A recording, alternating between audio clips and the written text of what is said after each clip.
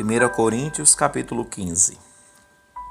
Também vos notifico, irmãos, o evangelho que já vos anunciei, o qual também recebestes e no qual permaneceis. Por meio dele também sois salvos, se o retiverdes a palavra tal como anuncieis a vós, a não ser que tenhais crido em vão. Porque primeiro vos entreguei o que também recebi, que Cristo morreu por nossos pecados segundo as Escrituras. Foi sepultado, ressuscitou ao terceiro dia, segundo as Escrituras. Foi visto por Cefas e depois pelos 12.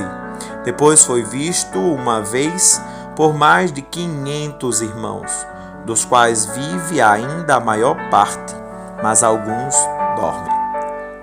Depois foi visto por Tiago e por todos os apóstolos.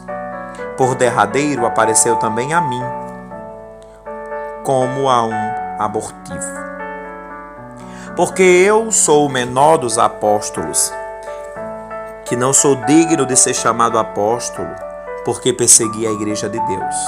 Mas pela graça de Deus, sou o que sou, e sua graça para comigo não foi vã. Antes, trabalhei muito mais do que todos eles. Todavia, não eu, mas a graça de Deus que está comigo.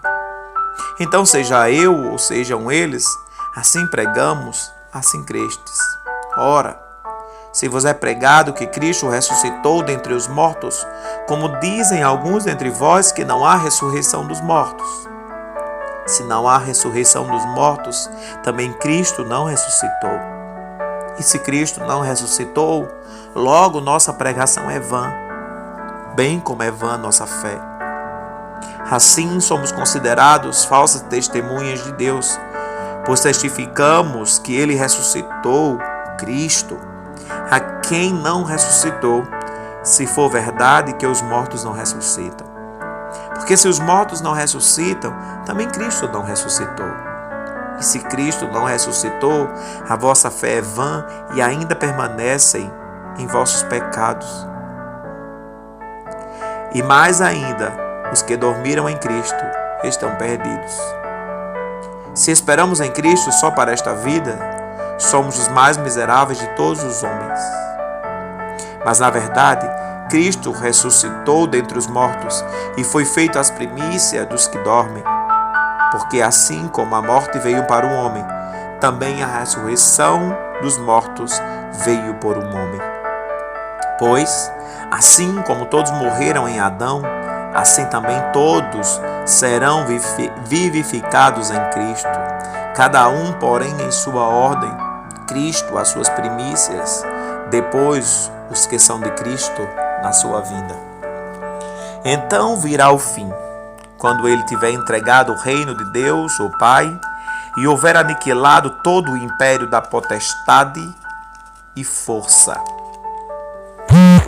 que convém que reine até que haja posto todos os inimigos debaixo dos pés. Ora, o último inimigo que será aniquilado é a morte. Porque todas as coisas ele sujeitou debaixo dos pés. Mas quando diz que todas as coisas lhe são sujeitas, claro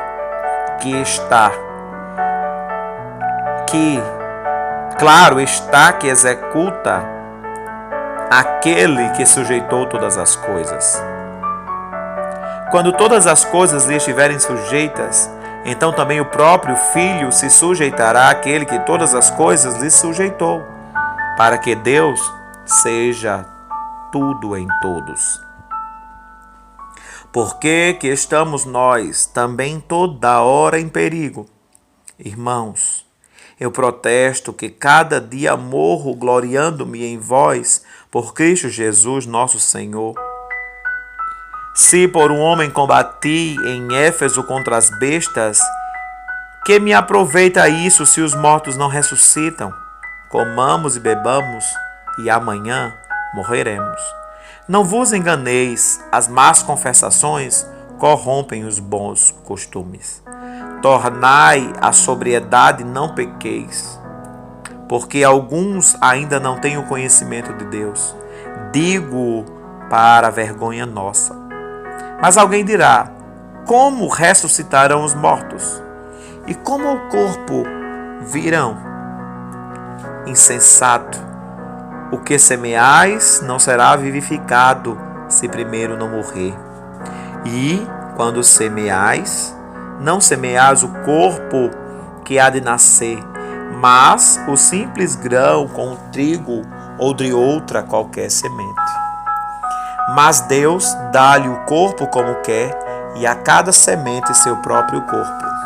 Nem toda a carne é a mesma. Uma é a carne dos homens, outra a carne dos animais, outras dos peixes e a outras das aves. Há corpos celestes, há corpos terrestres, mas uma é a glória dos celestes e outras dos terrestres.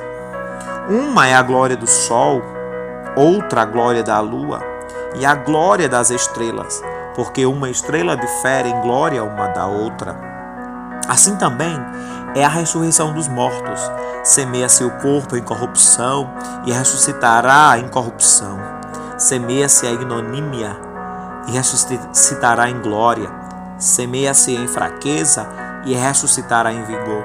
Semeia-se o corpo animal e ressuscitará corpo espiritual. Se há corpo animal, há também corpo espiritual.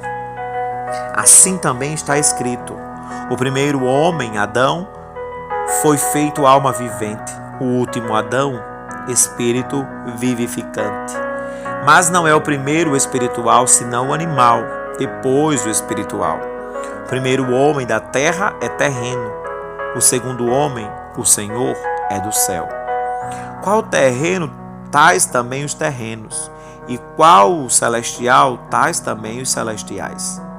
Assim como trouxemos a imagem do terreno, assim traremos também a imagem do celestial. Digo, porém, isto: a carne e sangue não podem herdar o reino de Deus, nem a corrupção herdar a incorrupção. Eu vos digo um mistério: nem todos dormiremos, mas todos seremos transformados no momento, em um abrir e fechar dos olhos, ao som da última trombeta. Porque a trombeta soará, os mortos ressuscitarão incorruptíveis e nós seremos transformados. Porque convém que este corpo corruptível se revista da incorruptibilidade e que este corpo mortal se revista de imortalidade. Quando este corpo corruptível se revestir de incorruptibilidade e este corpo mortal se revestir da imortalidade, então se cumprirá a palavra que está escrita: tragada foi a morte pela vitória. Onde está, ó morte, o teu aguilhão? Onde está, ó inferno, a tua vitória? O aguilhão da morte é o pecado, e a força do pecado é a lei. Mas graças a Deus que nos dá a vitória por nosso Senhor Jesus Cristo. Portanto, meus amados irmãos, sede firmes e constantes, sempre abundantes na obra do Senhor, sabendo que o vosso trabalho não é vão no Senhor. 1 Coríntios 15, 58, né? Então, 1 Coríntios, capítulo 15.